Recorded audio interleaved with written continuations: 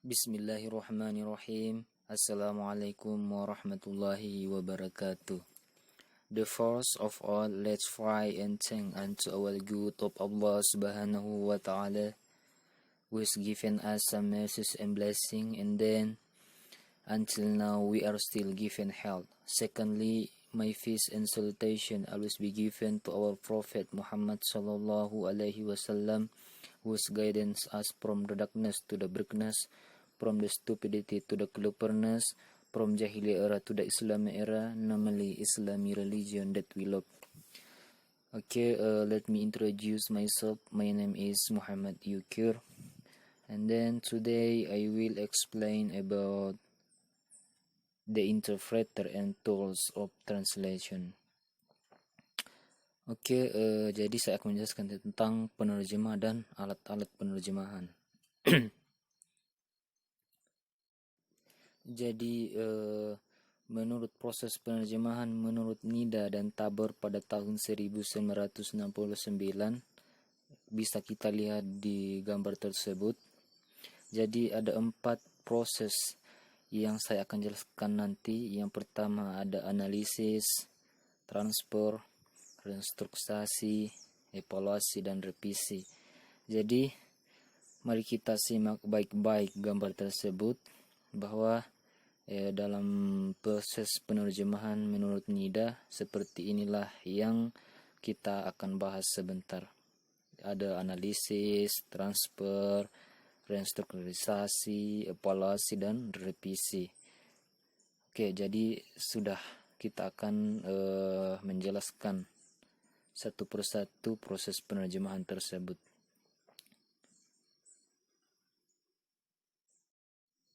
In the image can be seen process of follows.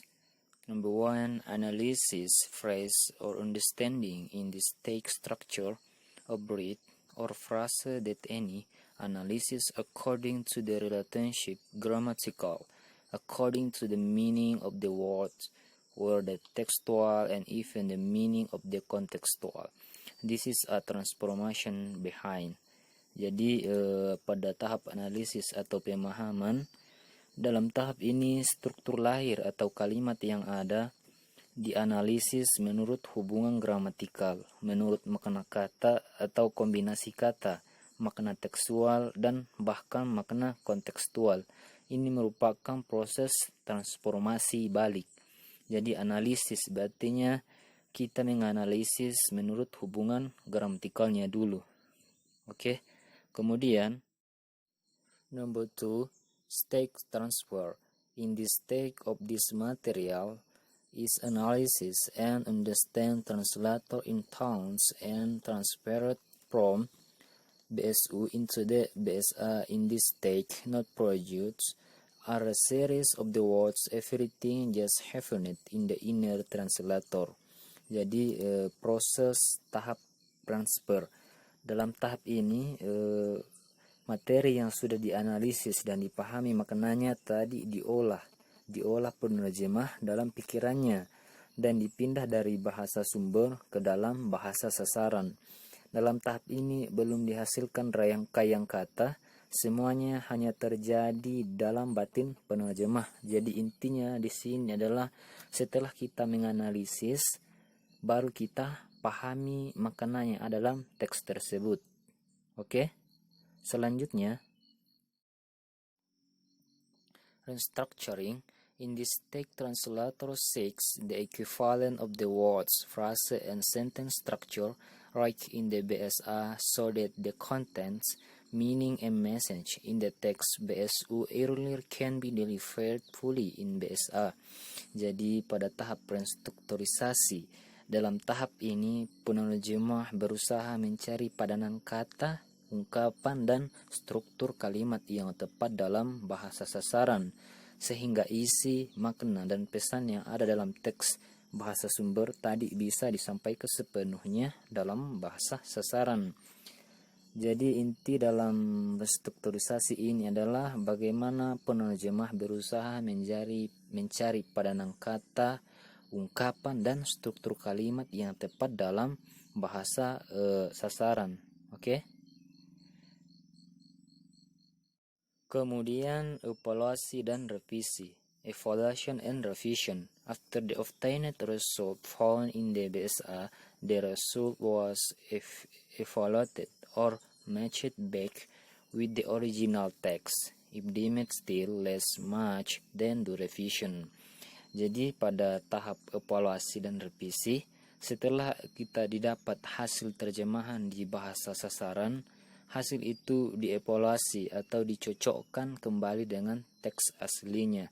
Kalau dirasa masih kurang padan, maka dilakukanlah revisi. Jadi di sini kita mengevaluasi hasil yang sudah kita analisis, sudah kita transfer, sudah kita restrukturisasi, dan pada tahap ini kita evaluasi. Dan kalaupun masih ada kekurangan, ya kita lakukan revisi, ya. Kemudian selanjutnya penjuru bahasaan atau interpreting.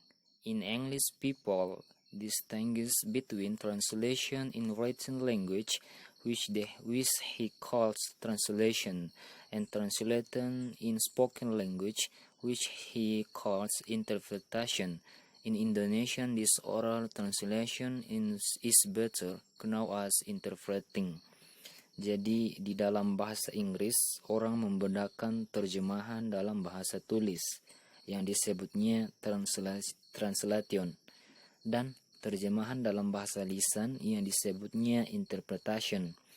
Di dalam bahasa Indonesia, penerjemah lisan ini lebih dikenal dengan sebutan penjuru bahasaan. Jadi nama lain dari penjuru bahasaan adalah interpreting dalam bahasa Indonesia. Oke, selanjutnya syarat-syarat penerjemah dan juru bahasa. Ya, bisa kita lihat kolomnya. Pertama, mastering the source language and target language. Ya, menguasai bahasa sumber dan bahasa sasaran sama dengan juru bahasa. Kemudian yang kedua, get to know the culture of the source language and target language. Mengenal budaya bahasa sumber dan bahasa sasaran sama juga dengan juru bahasa. Kemudian yang nomor tiga, mastering the topic or problem of the translate text. Ya, menguasai topik atau masalah teks yang diterjemahkan. Kalau di juru bahasa diinterpretasikan. Kemudian nomor 4, ability to understand writing language or receptive level. Jadi kemampuan untuk memahami bahasa tulis tingkat reseptif. Kalau di juru bahasa memahami bahasa lisan tingkat reseptif. Kemudian nomor 5, the ability to export idea in writing or on a productive level. Jadi kemampuan untuk mengungkapkan gagasan secara tertulis kalau di juru bahasa secara lisan. Kemudian nomor 6 tidak ada untuk penerjemah, ada untuk juru bahasa. The ability to listen, note and recall the context of information at the same time. Jadi kemampuan untuk mendengarkan, mencatat dan mengungkapkan isi informasi pada saat yang bersamaan. Kemudian nomor 7, the ability to use dictionaries and other reference search. Jadi kemampuan untuk menggunakan kamus dan sumber referen yang lain, tidak ada untuk juru bahasa. Kemudian penerjemah tidak ada, tapi ada di juru bahasa. Nomor 8, the ability to make decisions quickly, directly. Ya, jadi kemampuan untuk mengambil keputusan secara cepat. Jadi itu syarat-syarat penerjemah dan juru bahasa yang bisa kita pelajari untuk menjadi penerjemah dan menjadi juru bahasa. Oke, selanjutnya perkakas penerjemah translator toolkit. Ya, if an interpreter needs paper tools, pencil, handphone, and microphone, then an interpreter needs even more tools. In addition to recording paper and pencil, he can utilize other tools, both conventional and modern.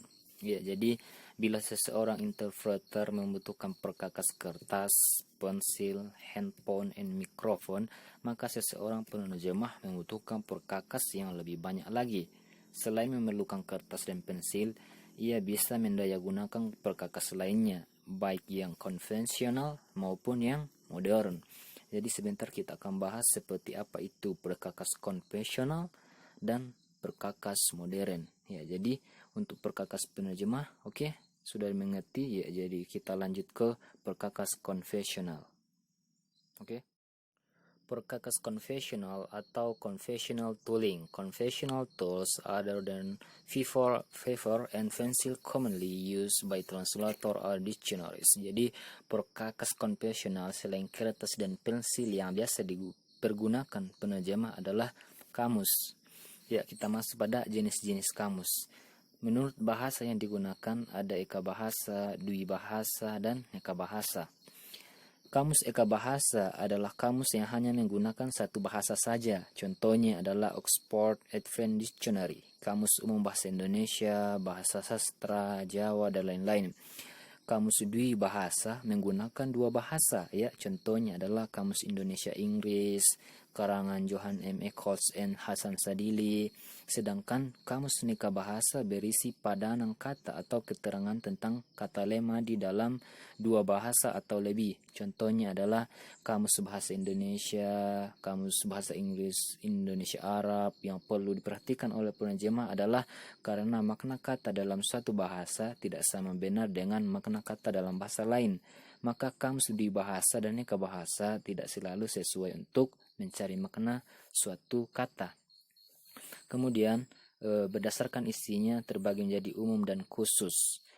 Kamus umum adalah kamus yang berisi keterangan mengenai lema, contohnya Kamus Besar Bahasa Indonesia, Kamus Oxford, dan lain-lain. Sedangkan kamus khusus adalah kamus yang berisi keterangan mengenai lema di dalam suatu bidang tertentu. Misalnya kamus teknik, kamus perminyakan, kamus kedokteran, kamus biologi, dan lain-lain.